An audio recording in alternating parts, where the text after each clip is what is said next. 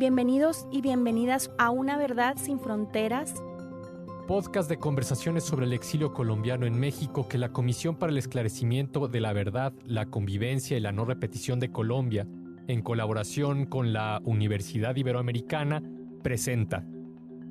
Este es un espacio de conversaciones profundas y cercanas con víctimas del conflicto armado colombiano en el exterior, colectivos de colombianos organizados en México y organizaciones de la sociedad civil que tienen trabajo con población migrante, refugiada y solicitante de refugio.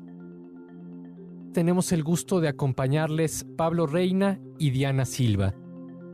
Es un gusto saludarles desde un nuevo episodio de Una Verdad Sin Fronteras, el podcast de conversaciones sobre el exilio colombiano en México que la Comisión para el Esclarecimiento de la Verdad, la Convivencia y la No Repetición de Colombia, en colaboración con la Universidad Iberoamericana, presenta. En esta conversación, como en las anteriores, tenemos el gusto de acompañarles Pablo Reina y Diana Silva. Mucho gusto de nuevo con ustedes. Contenta pues de tener el día de hoy a 3 invitados muy queridos por nosotros, que son 3 compañeros que están colaborando en 3 nodos distintos. Peter Dudry, que es el enlace de la Comisión de la Verdad en el Reino Unido. También nos acompañará Paola Moreno, que es la dinamizadora del Nodo de Apoyo en Ecuador de la Comisión de la Verdad. Y también Jorge Jiménez, que es politólogo, músico, facilitador de espacios interculturales y de paz y participa en el Nodo Italia de la Comisión de la Verdad. Pues es un gusto saludarles a ustedes 3, Peter, Paola, Jorge. Nos es muy importante en esta conversación conocer la propuesta desde los distintos nodos sobre lo que en este trabajo se ha llamado el diálogo social de los distintos nodos junto con las experiencias de la Comisión de la Verdad de Colombia en los distintos lugares donde tiene presencia en el mundo a través de las personas colombianas exiliadas por motivos del conflicto. Peter, ¿nos podrías desde Londres dar una introducción a las experiencias de diálogo social, por favor? Yo diría que hay varios elementos claves, ¿no? Uno, parte de este trabajo, un clave en este trabajo de la comisión es obviamente el trabajo, escuchar la verdad de las personas, pero también el reconocimiento de lo que están diciendo estas personas, estas verdades. Y entonces crear espacios de escucha es íntegro a esa estrategia. Y esto me parece que es uno de los puntos fundamentales de los diálogos sociales, que proveen espacios importantes para poder escuchar y entender diferentes realidades y versiones de análisis del conflicto. Resalto que hace parte crucial del trabajo de reconocimiento. Luego, cuando estamos hablando del diálogo social con respecto a las voces de personas que están en el exilio, que están de esa Colombia, fuera de Colombia, me parece que es que estos espacios proveen una forma de darle legitimidad a las voces desde fuera y además de darles voz. Y me explico, o sea, hay hasta cierto punto las personas exiliadas se han tenido que enfrentar bastante deslegitimización, se les ha presentado como o maltratado en cómo se les ha presentado en Colombia, que esta gente se ha ido, mira, y está viviendo en gran riqueza, cuando eso no es la verdad del exilio para tantas personas que han tenido que dejar tanto, todas sus vocaciones, sus compromisos, sus familias, o sea, que han perdido tanto, ¿no? Y tener que ir a otro país, enfrentar otra cultura, enfrentar prejuicios, eso ha sido parte de esos procesos de deslegitimar esas voces. Y entonces los espacios estos crean un espacio importante para realmente escuchar y darle legitimidad, de enfrentar esos intentos de maltratarles, ¿no? No sé si eso es la palabra justa. Esto hace parte también justamente de reconocer esa Colombia fuera de Colombia, ¿no? De buscar espacios para que la gente ya pueda explicar lo que es el impacto del exilio, de tener que salir del país, de hacer reconocer las responsabilidades del Estado, de la guerrilla, en cuanto a que tanta gente se vio obligada de dejar el país, ¿no? Dejar vivir en otro espacio. Entonces, entender el exilio es parte del diálogo social integral, y eso es importante. Y diría también que estos espacios que está creando la comisión, la gente que está apoyando la comisión, ofrece grandes oportunidades para escuchar, para uno crear diferentes espacios, para que esos espacios también incluso se escuchen allá en Colombia y de hacer reconocer que esa voz de fuera es parte de la historia de Colombia y parte íntegra de este proceso de verdad que está animando la comisión. pero también de buscar escuchar diferentes perspectivas del conflicto. De estas tantas personas que salieron del país por diferentes razones, por el impacto de diferentes actores en el conflicto. Poder escuchar esa verdad, y eso hace parte también íntegra de la convivencia, ¿no? De crear, que es otro de los objetivos cruciales de la comisión. Muchas gracias, Peter. Pablo y Diana, quisiera complementar un poco las reflexiones Adelante, de Peter. Paola, desde Ecuador. Cuéntanos. Me parece súper interesante lo que plantea Peter y como complementar que para blindar de alguna manera, digamos, este proceso de esclarecimiento que también lo ha explicado Peter, el diálogo social justamente permite como propiciar la participación, creería yo, ¿no? O sea, es decir, hay muchas personas que sí han estado dispuestas a participar con su testimonio, que sus voces sean escuchadas, pero también la realidad que nosotros encontramos en el Ecuador es que por la cercanía del conflicto, por ser un país que comparte directamente frontera con Colombia y que ve persistencias todavía de la violencia tan cercanas, ¿no es cierto? Todavía sigue llegando mucha gente al Ecuador, aún incluso estando en todo el contexto de la pandemia, la gente sigue llegando por los hechos victimizantes. Entonces, el miedo que persiste en la población hace que muchas personas no tengan la confianza, no tengan la seguridad para hablar. Pero el diálogo social justamente permite otras formas de participación. Y para nosotros desde el Nodo de Ecuador ha sido fundamental como propiciar estos espacios de manera que las personas que tanto quienes han aportado con su testimonio a la comisión como quienes no lo han hecho, puedan sentir que son parte de este proceso, ¿no? Y la participación además como una forma de apropiarse de la verdad, que me parece también fundamental. No solamente es el lograr que las voces sean escuchadas, sino que haya una apropiación amplia de esta verdad. ¿Y por qué? Porque tenemos que recordar que la Comisión de la Verdad es una entidad de mandato transitorio y temporal. Entonces, cuando la Comisión termine su mandato el próximo año, en el 2021, tenemos que ir preparando el terreno para que el informe que presente la comisión, con toda la explicación que está desarrollando a partir de los testimonios individuales, colectivos, de víctimas, de responsables, de terceros civiles, etcétera, a partir de toda esa información que la comisión está levantando para generar las explicaciones que va a presentar y las recomendaciones que va a presentar, el diálogo social a través de esta participación lo que va a permitir justamente es que podamos hacer exigibilidad social de esta verdad, de estas verdades que se están construyendo, ¿no es cierto? Entonces, en el caso del Ecuador, el diálogo social nos conduce hasta allá. El diálogo social y el reconocimiento justamente nos conducen a preparar ese terreno desde la sociedad civil en su conjunto, diría yo, no solamente desde las personas que han sido directamente afectadas por el conflicto.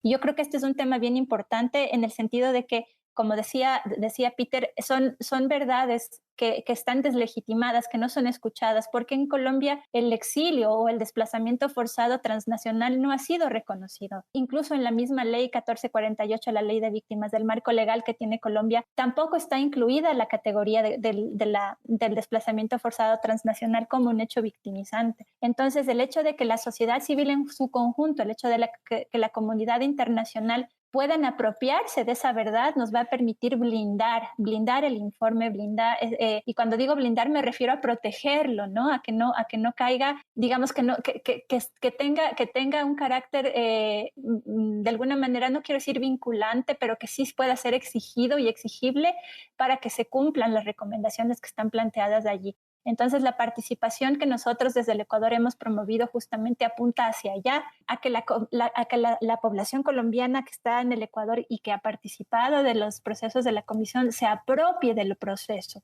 Nosotros como nodo solamente somos como un canal entre la comisión y la población colombiana que está acá, y finalmente, igual que nosotros como nodo y como la comisión, pues tendremos nuestro momento de acompañar, y ya después será la propia organización de base de la población colombiana.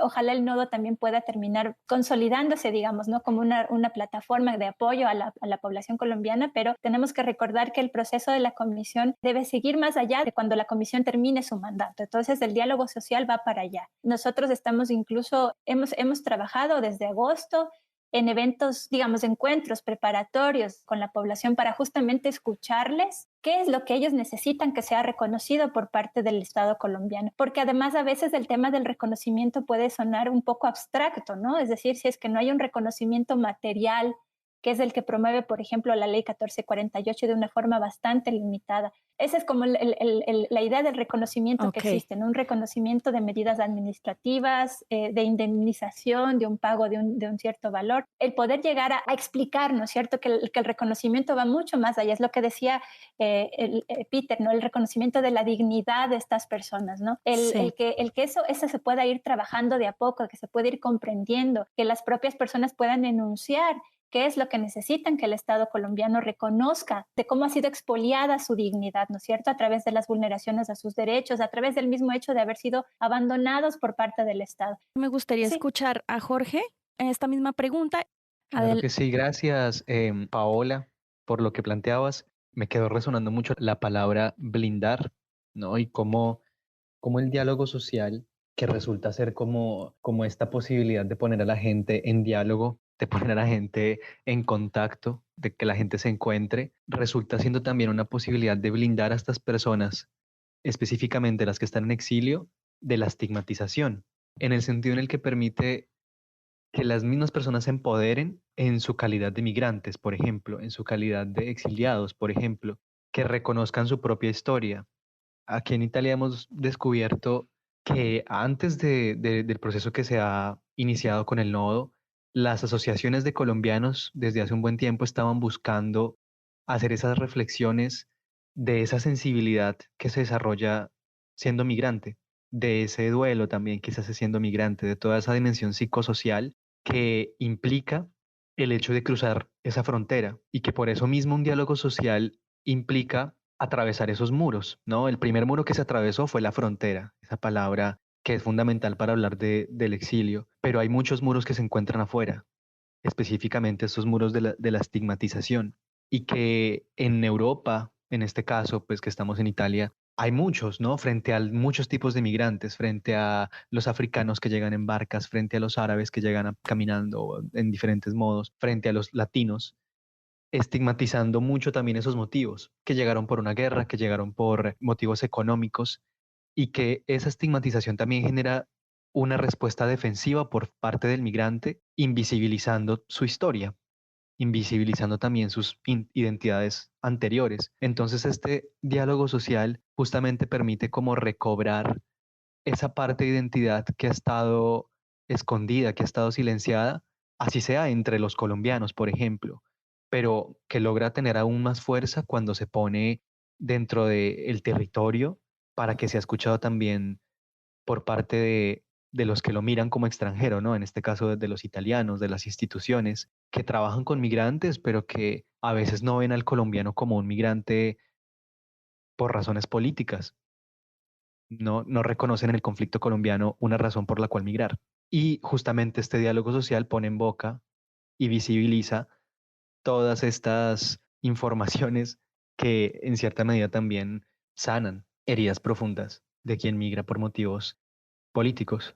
Es bien interesante escucharles, Peter Drury desde Londres, Paola Moreno desde Ecuador y Jorge Jiménez desde Florencia con las experiencias de diálogo social de sus nodos, porque como Nodo México nos parece que están hablando de lo que también está sucediendo en la experiencia de recabar los testimonios desde México, el miedo a decir la propia verdad, la sensación de deslegitimación, de continuación del conflicto, de desarticulación y también una cierta duda cómo este proceso de diálogo social desde México y desde los distintos lugares del mundo puede realmente aportar a la paz o a el esclarecimiento o a la verdad o a por lo menos a lo que ya decía Paola, darle condiciones para que el informe final de la comisión pueda ser discutido y escuchado. No sé, Peter, no sé si quisieras compartirnos cómo ves desde Londres esta experiencia de escuchar a los otros nodos y las condiciones comunes y el horizonte de los diálogos sociales o del diálogo social desde Londres para el trabajo hacia la paz en Colombia. Yo diría sí, resaltar unos puntos que resaltabas, que hay unos puntos comunes de lo que vemos en el trabajo en cuanto a las entrevistas, justamente lo que dices, ¿no? O sea, que hay mucha duda se sigue viendo bastante miedo, desconfianza. Hay varios tipos de reacción que hemos visto al trabajo de la comisión. De una parte, oye, si yo cuento mi historia, ¿qué me va a pasar? ¿Y qué va a pasar con mi familia que está allá o en Colombia? ¿O qué va a pasar incluso conmigo aquí en Londres o en otra parte del Reino Unido? Entonces hay mucho miedo todavía. Y esto también se da obviamente reconociendo el contexto que se vive en Colombia. Obviamente estamos en un contexto de conflicto. El conflicto no ha terminado. Eso es un tema que obviamente la Comisión está reconociendo, ¿no? Y no se está intentando ocultar nada. Uno de los retos que tenemos es, obviamente, una parte de ese trabajo de diálogo social es una parte de crear confianza en el proceso, que la gente vea otras personas que se han animado, de conseguir un poco de fuerzas, de ver cómo otra gente está participando y para crear confianza en este proceso. Dos, que estos diálogos sociales en efecto ayudan a que incluso hay personas que están con tanto cuidado, con tanto miedo del tema, por lo menos estos diálogos sociales en muchos casos esperamos que sea de alguna ayuda porque permiten escuchar a otra gente que ha vivido experiencias similares y que vean hasta cierto punto su misma verdad reflejada. Que espero que eso también les dé ánimos y también, o sea, incluso argumentos, pongámoslo así, para enfrentar las experiencias que viven, ¿no? Entonces, eso es un poco los retos que tenemos. Entonces, ¿cómo hemos estado haciendo, qué hemos estado haciendo aquí en el Reino Unido? O sea, de los diferentes espacios de apoyo a la Comisión, porque hay diferentes espacios, pues justamente sí.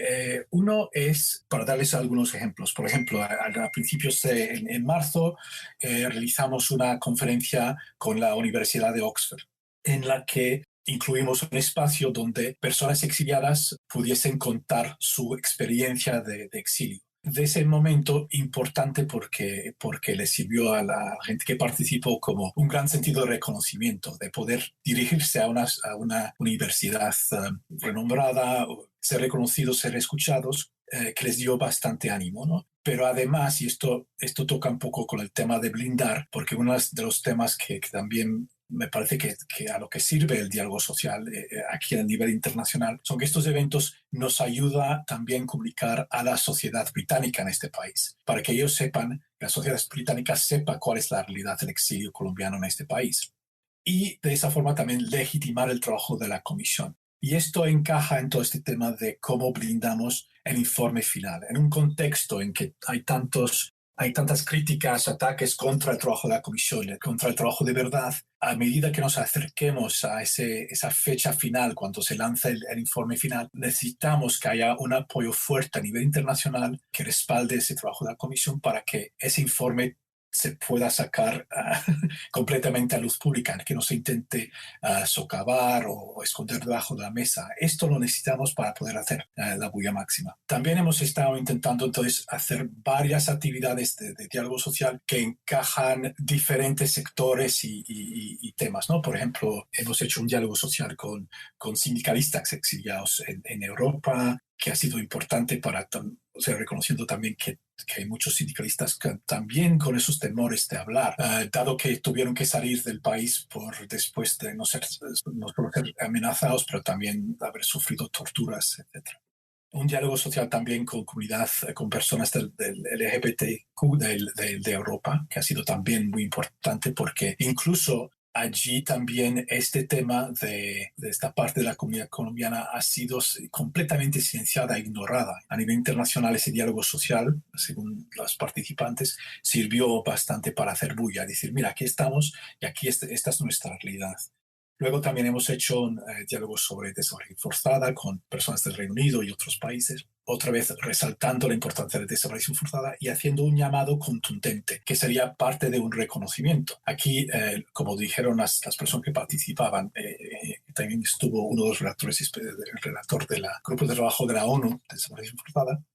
El tema es que Colombia aún no ha ratificado completamente el Convenio Internacional sobre Desaparición Forzada. Entonces, uno de los mensajes es que incluso que Colombia cumpla con esa obligación de ratificar esos artículos que no ha ratificado sería una muestra de reconocimiento de la desaparición forzada.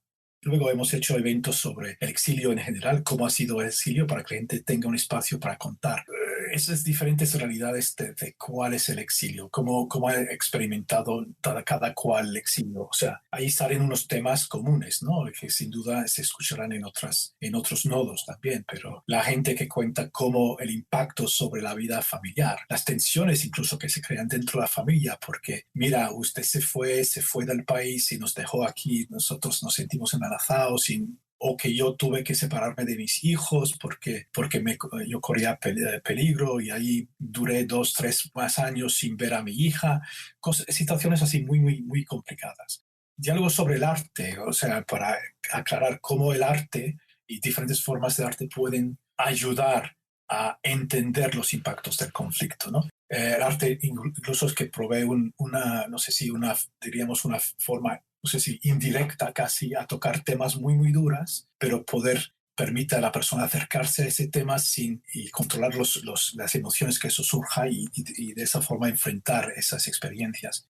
Y finalmente, por ejemplo, expresiones como de telas, de estos trabajos de bordados que han hecho tantas mujeres en Colombia y otras partes, no solo para que la gente escuche las verdades de las personas que participaron en esos talleres, pero animarles a las personas para participar. Entonces, cuando hablamos de participación, no es solo, obviamente, que queremos que la gente se anime para dar su testimonio, pero que asuma que asuma control de todos esos procesos de reconocimiento de actividades, que ellos puedan y sepan que puedan participar de forma directa.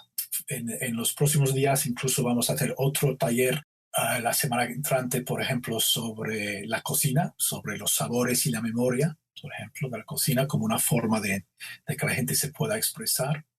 Y mañana incluso también con artistas y otras personas exiliadas en Escocia, en el norte del Reino Unido, para crear esos espacios importantes bueno, como dijo el colega, ¿no? de alivio también para la gente, para que se sienten escuchados. Muy bien, Peter, muchas gracias. Muy interesante esto de vincular también el arte y otras formas de expresión. Peter Dudry es el enlace de la Comisión de la Verdad en el Reino Unido. Y pues Paola, del Nodo Ecuador, cuéntanos cómo han abordado este objetivo del diálogo social.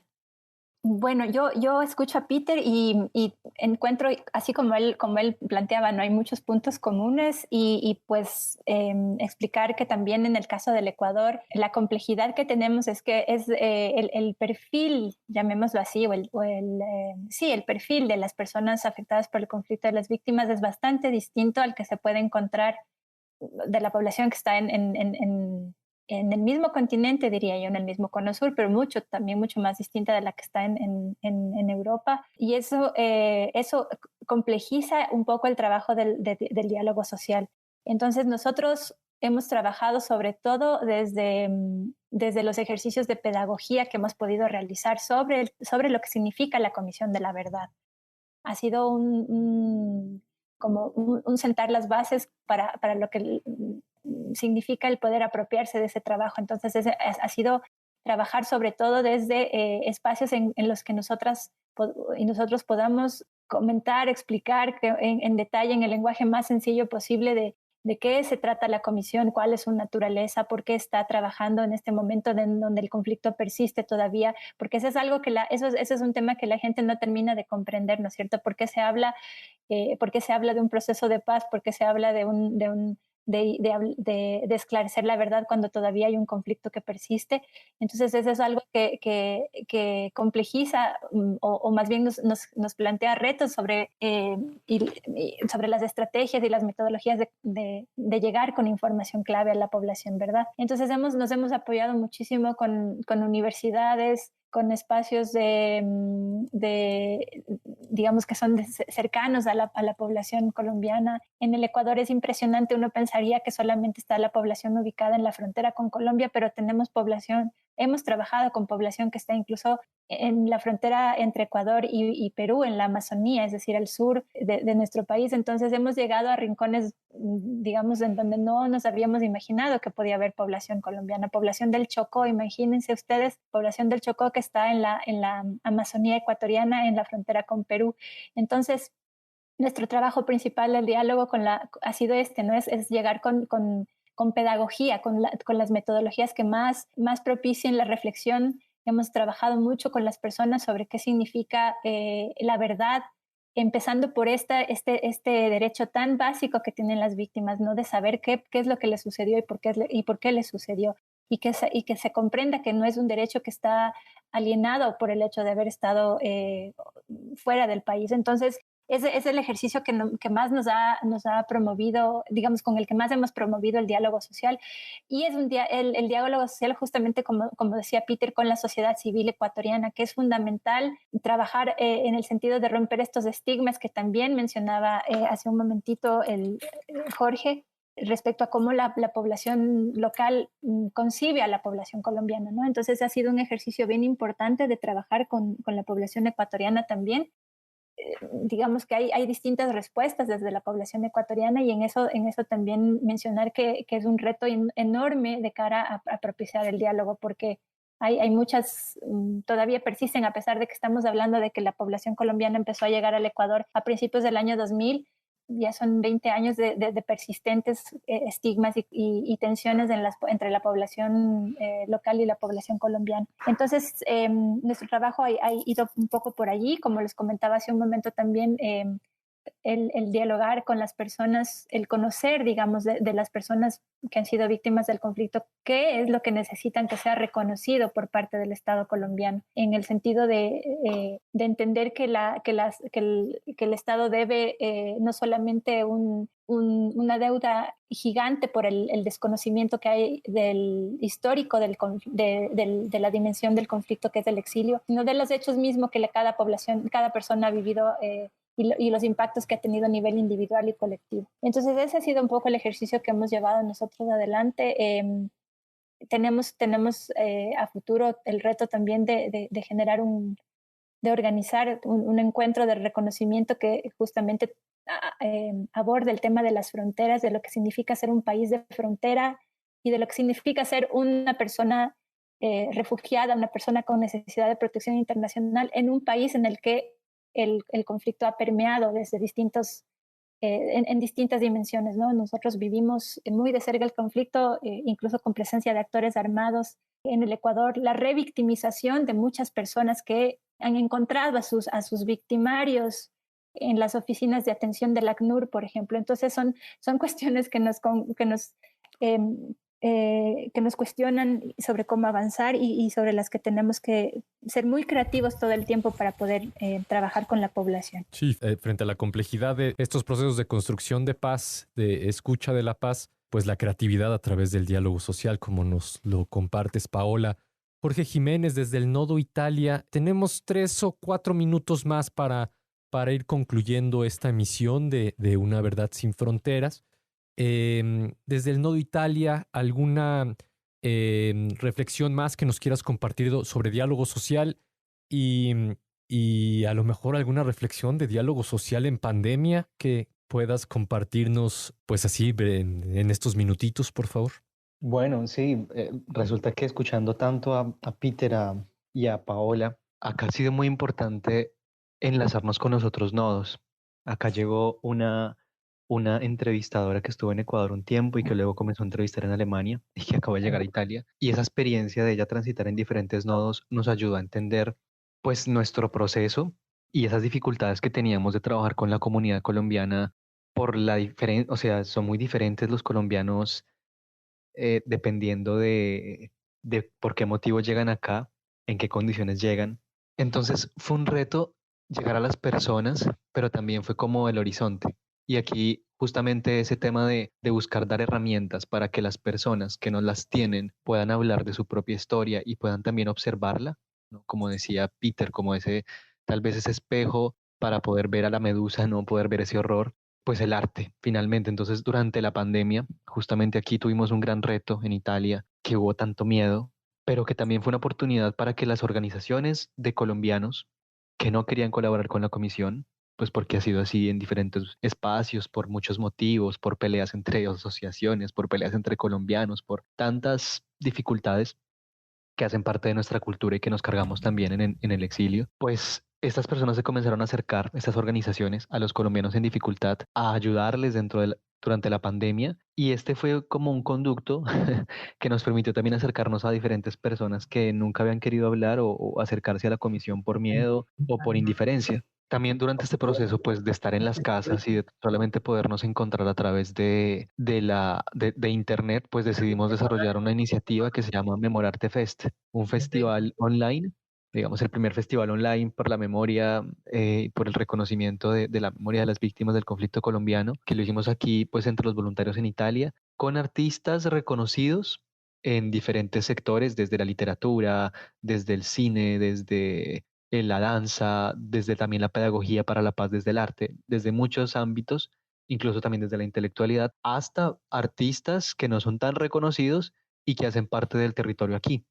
Y fue muy bonito ver cómo todas esas conversaciones que han surgido durante el Memorarte, hay un capítulo diario del Memorarte desde el 14 de septiembre hasta el 31 de octubre, así que ha pasado muchísima gente que nos ha aportado herramientas y que ha aportado herramientas a los espectadores para poder hablar de todos estos fenómenos que ya ha nombrado Paola y que ha nombrado Peter, y que a veces cómo hablamos de esto y justamente espejándonos en otras experiencias, en otros análisis, en otras reflexiones, podemos vernos a nosotros mismos. Y ese ha sido un proceso bastante bello que vemos cómo tiene frutos, especialmente en la comunidad de colombianos, que se ha comenzado a interesar un poco más participando del Memorarte. Entonces, una de las áreas del Memorarte es el área de transformaciones, que fue una invitación a artistas colombianos aquí en Italia, en Colombia, que se solidarizaran con este tema, con este tema de la Comisión de la Verdad, de la memoria de las víctimas y demás. Y pues personas que habían sido apáticas a participar o a ser testimoniantes incluso, después de participar con sus obras de arte, con sus tejidos, con sus pinturas, decidieron dar su testimonio. Entonces también viendo como un cambio en las personas a través de encontrar como una transformación del contexto gracias a estas herramientas del arte y de otros lenguajes. Finalmente, poder brindarle a la gente lenguajes para que pueda hablar de esas cosas que son difíciles de hablar, de sí mismos. Excelente experiencia la que nos compartes, Jorge, la experiencia que también está ligada al arte, que está ligada a otras formas de expresión, a encontrar modos de diálogo que van más allá de las palabras. Quiero agradecerles a Peter Dudry, enlace de la Comisión de la Verdad en el Reino Unido, a Paola Moreno, dinamizadora del nodo de apoyo nodo en Ecuador, y a Jorge Jiménez, politólogo, músico y facilitador que participa en el nodo Italia. Bueno, a los tres agradecerles de nuevo por su paciencia, por compartirnos estas experiencias que sin duda nos hacen pensar en nuestro quehacer aquí desde México y seguramente desde otros nodos que seguramente nos van a escuchar más adelante. Y reitero que nos sigan escuchando y sigan todas nuestras redes sociales. Muchas gracias por escucharnos. Una Verdad Sin Fronteras es un podcast de la Comisión para el Esclarecimiento de la Verdad, la Convivencia y la No Repetición de Colombia, en colaboración con la Universidad Iberoamericana, así como con Ibero.2, canal digital de la estación de radio Ibero 90.9. Para mayor información, síguenos a través de las redes sociales, @Comisión Verdad C, y para seguir al Nodo México, @Nodo México CEP. También estamos en la página oficial de la Comisión, comisiondelaverdad.co. Para escuchar más, entra a ibero2.cloud o síguenos en redes sociales @ibero99fm o ibero90.9 en Facebook. Agradecemos en la producción a Jorge Ceja Morán y en la realización a Uriel Rodríguez.